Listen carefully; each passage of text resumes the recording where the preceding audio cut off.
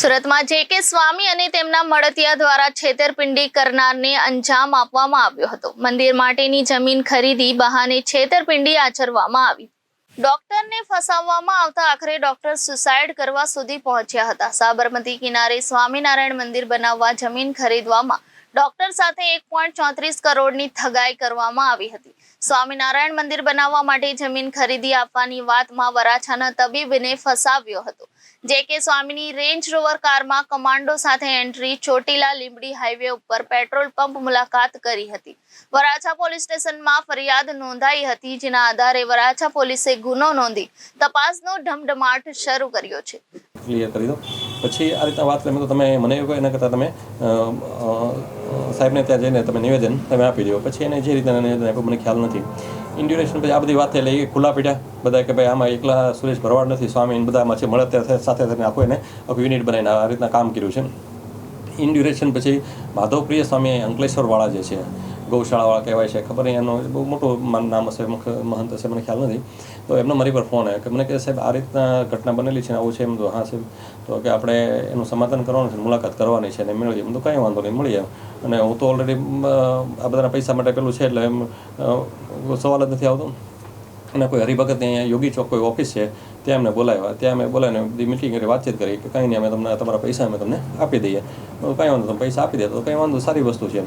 તો એનું લખાણ કરાવ્યું, એગ્રીમેન્ટ કરાવ્યું। તો એમાં સુરેશ તુલસીભાઈ ભોરીએ 25 લાખ સ્વીકાર્યા, સ્વામીજી જે છે એને 25 લાખ સ્વીકાર્યા કે ભાઈ મેં 25 લાખ લીધા, અને સુરેશભાઈ ભરવાડ એને 71 લાખ રૂપિયા, એમ 1 કરોડ 21 લાખનો થયો, 50 લાખ તો ભાઈ વિવેકભાઈ ને સ્નેહલભાઈ લઈ ગયા થયા હતા। એમ કરીને એ રીતના એગ્રીમેન્ટ બનાવ્યા, નોટરી કરાવી અને પેલું કર્યું। એમાં 15 લાખ 5 લાખ ને 2 લાખ એ રીતના પેલો આપ્યા। પછી એમને બેંક થ્રુ જતા એને પૈસા આપેલા। એ જે 60 દિવસનું એગ્રીમેન્ટ બનાવ્યું એમાં પણ એ લોકો પાર ઉતર્યા નહીં। ઇન ડ્યુરેશન સાહેબે અમને પરમિશન આપી દીધેલી કે ભાઈ ગુનો દાખલ કરવાની, પણ થોડુંક આ બધું પેલું થયું ડિસ્પ્યુટના હિસાબે, એટલે અમે એ પેલું નહીં કર્યું। પછી અરજી અમારી પાછી દફતરે આવી, પાછી ત્રીજી વખત અરજી કરી અને પછી આજે ગુનો દાખલ થયો છે। એટલે આમાં આ લોકો ટોટલી એક પ્લાન સાથેનું ષડયંત્ર કરે છે અને પેલું કરે છે। હું એક જાહેર જનતાને પબ્લિકને એવું એક આહ્વાન કરવા માગું છું કે જે આવા જે ધર્મના નામે સ્વામિનારાયણ ભગવાનને 100 વખત પ્રણામ કરું છું, સ્વામિનારાયણ સંસ્થાને પ્રણામ કરું, એનું નામ નથી, એમાં આવા રહેલા જે પાખંડી સાધુઓ, જે ભગવાધારીઓ જે છે કે એના નામ ઉપર જે ચરી ખાય છે અને જે આવા નાના નાના માણસોના જે કંઈકના ઘરના દીવાઓ ઓલવી નાખે છે, એનું તમે એક સરકારને અને પોલીસને કહું છું કે એનું પણ તમે એને જે ગુના કર્યા હોય એ ગુનાની અંદર લાવી એને યોગ્ય સજાઓ આવે એ સજાઓ તમે અપાવો। અને હું બીજું એક પણ એવું તમને કહેવા માગું છું કે જે લોકો આની અંદર ભરાણા છે, કે જે લોકોના અંદર એના શિકાર બનેલા, એને પણ એક વિનંતી કરું છું તમે પણ મારી જેમ બહાર આવો। હું બહાર આવી શકતો નથી, પણ સુરત પોલીસનો હજી હું ખૂબ ખૂબ આભાર અને ધન્યવાદ માનું છું કે એના હિસાબે હું આજે તમારી સામે જીવિત છું અને બેઠો છું, અને એના હિસાબે હું આજે તમારે ખુલ્લો પડ્યો। આજે તો તમારી સાથે બેઠો છું, વાત કરું છું, કાલે શું થાય મને ખબર નથી, કારણ કે આ લોકો બધા ગેંગસ્ટર સાથે કામ કરે છે, એકલા નથી બધાય, કંઈક આખી બહુ મોટી મોટી લિંક સાથે કામ કરે છે। તો એનો ખરેખર એનો પદાર્થ થયો અને કુદરતને પણ કહું છું, એ કુદરત તમે પણ અમને ન્યાય અપાવજો। આ સાથે મારું જય શ્રી કૃષ્ણ, જય દ્વારકાધીશ। જય શ્રી કૃષ્ણ, જય દ્વારકાધીશ। આજ ગઈકાલ રોજે મેં વરાછા પોલીસ સ્ટેશનમાં એક ગુનો દાખલ કરાવેલો છે। એક સ્વામિનારાયણ સંપ્રદાયની સાથે એક જમીનની છેતરપિંડી બાબતે, જેમાં જે.કે. સ્વામી, જુનાગઢ મંદિરના મહંત સ્વામી, એના ખજાનચી સ્નેહલભાઈ, દલાલ છે સુરેશ તુલસીભાઈ ભોરી, અને જમીન માલિક જે છે સુરેશભાઈ સાદુરભાઈ ભરવાડ, એમની વિરુદ્ધમાં મેં આજે ગુનો દાખલ કરાવ્યો છે, જેને અમારી સાથે ભોળવી અને સંપ્રદાયના નામ ઉપર પેલું કરી અને અમારી સાથે એક ચીટિંગ કરેલું છે કે અને બેંકમાં પણ ફ્રોડ કરીને બધું કરેલો છે, ગુનો આચરિત કરેલો છે। એ બાબત માટે મેં વરાછા પોલીસ સ્ટેશનમાં ફરિયાદ દાખલ કરાવી છે। કેટલાની આખી રકમ હતી? ટોટલ રકમ મારી 1 કરોડ 72 લાખ, ટોટલ રકમ કદાચ 1 કરોડ 71 કે 72 લાખ સમથિંગ જેવી છે। એમાંથી એ લોકોએ થોડાક રૂપિયા અમને આપેલા છે, અને હાલની અંદર 1 કરોડ 34 લાખ રૂપિયા જેવી રકમનો અમે ગુનો દાખલ કરાવેલો છે। રૂપિયા માંગવાની ટ્રાય કરી છે એમની પાસે? રૂપિયા માંગવાની કેટલી વખત ટ્રાય કરેલી છે, પણ આ બધા બહુ મોટા માણસો આપણે જવાબ પણ નહીં આપે, ફોનમાં પણ પેલું એટલા બધા રિસ્પોન્સ નહીં આપે, એ રીતના વાત કરીને પેલું કરે છે। છેલ્લે જે અમારે ના છૂટકે પોલીસ સ્ટેશનના પગથિયા ચડી અને ગુનો દાખલ કરવાની ફરજ પડી છે મારે। અચ્છા, ખાલી તમને શું લાલચ આપીની હતી આ જમીન ખરીદવા માટે શોર્ટમાં? લાલચ અમને એ લોકો એવી લાલચ આપેલી કે તમારે કશું કરવાનું નથી, સ્વામિનારાયણ સંપ્રદાયની જગ્યા લેવાની છે, જગ્યા પણ તૈયાર છે, લેવાવાળા પણ તૈયાર છે, તમારે મધ્યસ્થી રહી અને એક પ્રોફેશનલ તરીકે તમે છો તો તમારું નામ એ લોકો સાથે સારી રીતે કહી અને એના અનુયાયીને કહી શકે કે જેથી કરીને તમે પેલું કરો, તમારે બીજું કશું કરો ને તમને સારી રીતે તમારી દલાલી આપી દઈશું અમે, કારણ કે 80-90 કરોડ રૂપિયા સુધીનો પ્રોજેક્ટ હતો, એટલે કે તમને સારી રીતે વ્યવસ્થિત અમે તમને પેલું ખુશ કરી દઈશું, આવી રીતે અમને લાલચ આપેલી હતી. આમાં અમારે કશું રોકાણ કરવાનું હતું નહીં. અને એ શું કીધું કેવો પ્રોજેક્ટ બનવાનો છે એ વાત કરી?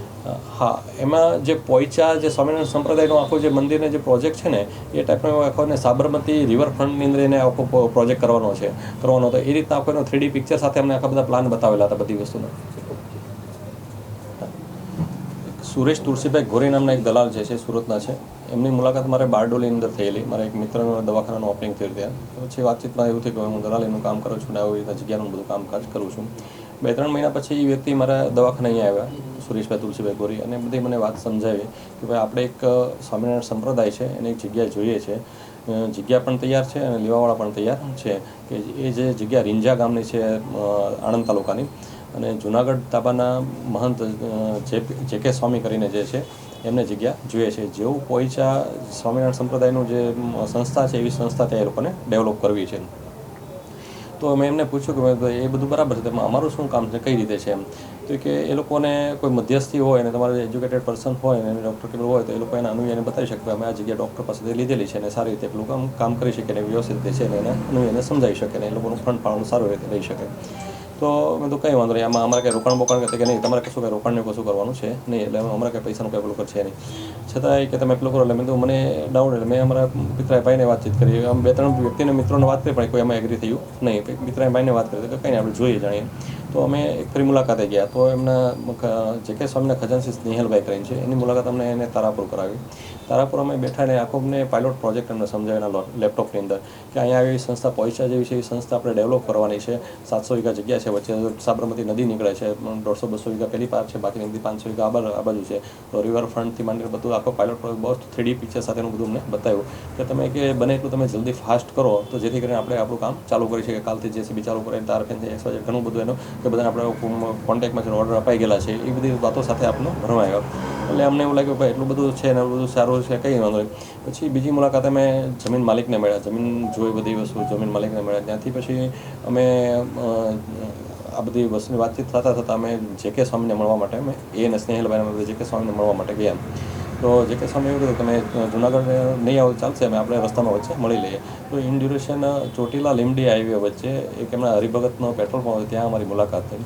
ત્યાં જે.કે. સ્વામીની એન્ટ્રી અમે જોઈ તો રેન્જ રોવર કાર, બ્લેક કલરની કાર હતી અને આગળ પાછળ 2 પાયલોટિંગ ગાડી હતી અને એમાં બ્લેક કેટ કમાન્ડો ગનમેન સાથેના હતા. એટલે અમે પણ ભ્રમિત થઈ આવે કે ભાઈ એટલી બધી સારી પર્સનાલિટી સાથે છે તો કંઈક વ્યવસ્થિત હશે અને કંઈ વાંધો એટલા વીઘાનું એ લોકો સોદો કરતા છે તો કંઈક હશે એમ.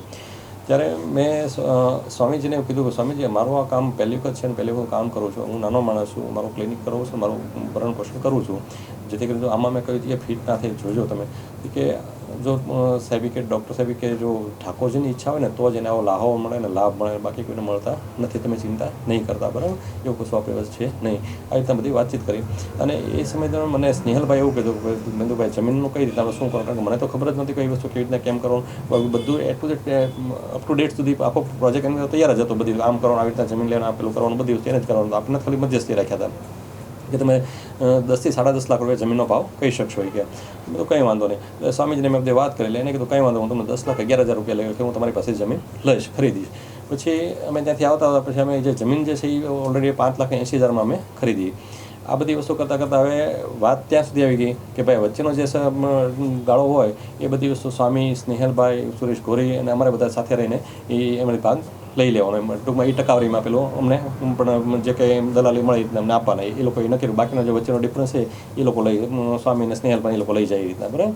પછી આવતા વાત થતા હતા કે ભાઈ તમારામાં સારો લાભ છે, આમ તેમ કરીને કે તમે આપણે જગ્યાનું નક્કી કર્યું તો ટોકન પેટે તમે પેલું કરો. અને આ લોકોને એવી મોડસ ઓપરેન્ડી છે, પહેલાં આવી રીતના ભ્રમિત કરી અને એવું કહે કે ભાઈ અમે તમને ડાયરેક્ટ તમને 33 કે 30% પેમેન્ટ એક સાથે આખી જગ્યાનું આપી દો. માનો કે 90 કરોડ રૂપિયા સમથિંગ પેમેન્ટ હતો તો 30 કરોડ રૂપિયા તમને એક સાથે પહેલાં આપી દઈશું ટોકન પેટે, અને બાકીનું તમે પછી જેમને દસ્તાવેજ થાય એમ પેલું કરી દો, છેલ્લે આપણે હિસાબ આપણે સમજી લઈશું. આવી બધી વાત કરી. એમ કરીને એમને એને ભરમાવ્યા.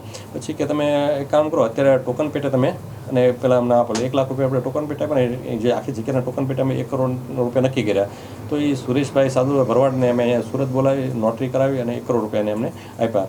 ઇન ડ્યુરેશન આ લોકો રોજ અમારી સાથે ઉતાવળ કરે તમે ફટાફટ જમીનો કરો. પણ અમે સ્વામી પાસે એક સંપ્રદાય અને એક હિન્દુ ધર્મની સંસ્થાની સેવા અમે એની પાસે પૈસા માગી શક્યા નહીં. પછી મેં સુરેશ તુલસીભાઈ ઘોરેને કીધું મેં ભાઈ તમે કંઈક પૈસાનું કહો, આપણે તમે પૈસા આપ્યા છે, પેલું અમારી પાસે તમે અમારી પાસે તમારે કંઈ શું કંઈ પૈસા આપવા નથી છતાં કેમ આવી રીતના કરો છો એમ. તો કંઈ નહીં. તો પછી અમે જે કે સ્વામી અમને 5 લાખનું આંગળીયું કર્યું અને 5 લાખ રૂપિયા આપ્યા. બાકીનું પછી રોજ ઉતાવળ કરે. જમીન માલિક પણ અમારી પાસે માગે એને એમને કીધું કે આપણે 2 થી 3 મહિનામાં આખો ટોટલ પ્રોજેક્ટ પૂરો કરી દેવાનો છે. છતાં અમે આની પાસેથી અમે લોંગ ડ્યુરેશન લઈને પેલું કર્યું.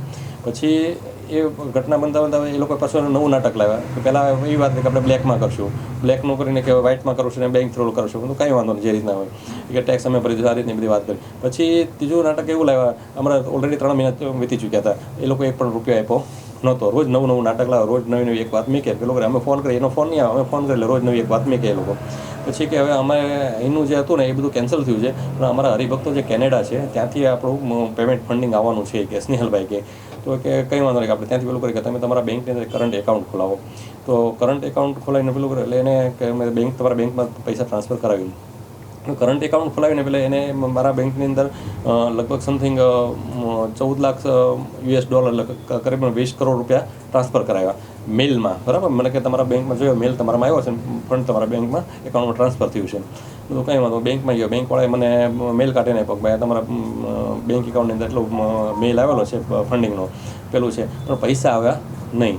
બેંકવાળાએ કીધું ભાઈ એટલું બધું ફંડિંગ આવશે તમારે મને પુરાવા પ્રૂફ આપવા પડશે. મેં કાંઈ વાંધો, મેં સ્વામીજીને વાત કરીશું જે બધું આ રીતના છે કે સાહેબ તમે એની ચિંતા કરો, એ બધું અમે છોડી લઈશું કે બધું બરાબર એ અમે બધું શું સેટિંગ કરી દઈશું. પછી એ જે 2 દિવસ થયા 3 દિવસ થયા પણ બેંક એકાઉન્ટમાં પૈસા આવે નહીં. રોજ અમે એની સાથે વાત કરી એટલે રોજ નવું નાટક લાવે. પછી છેલ્લે 3જે દિવસે એને એવું મને કીધું કે સાહેબ આપણા પૈસા જે છે ને રિઝર્વ બેંક ઓફ ઇન્ડિયામાં આપણા પૈસા પડ્યા છે અને ત્યાં એમાં ટેક્સ ને બધું ભરીને કરવું પડે, છૂટા કરવા પડે એમ છે ને એનો વહીવટ કરવો પડે એમ છે સાહેબ. તો તમે એક કામ કરી શકશો કે અત્યારે અમારી પાસે હાલમાં અમે જે દિલ્હી છીએ અને કશું પેલું છે ને તો તમે અમને 50 લાખનું એડજસ્ટમેન્ટ કરી દો. તો 2 દિવસ જે પૈસા રિલીઝ થાય તમારા એકાઉન્ટમાં આવે એમાં તમે 50,000 રૂપિયા મરજે લઈ લેજો તમે. પછી એમ કરીને 50 લાખ રૂપિયા એને અમારી પાસે 2 દિવસમાં આંગળીને દિલ્હી કરાવડાવ્યું દર્શનભાઈ અને વિવેકભાઈના નામથી. એ પૈસા આવ્યા એટલે તે પછી આ લોકોએ રોજ નવા ગલાતલા કરવા માંડ્યા કે ભાઈ પેલું છે આમ છે ને તેમ છે, બેંકમાં પૈસા આવ્યા નથી ને તમારું KYC અપડેટ નથી થયું. Reporter Arvind Rathod, Janadesh news, Surat.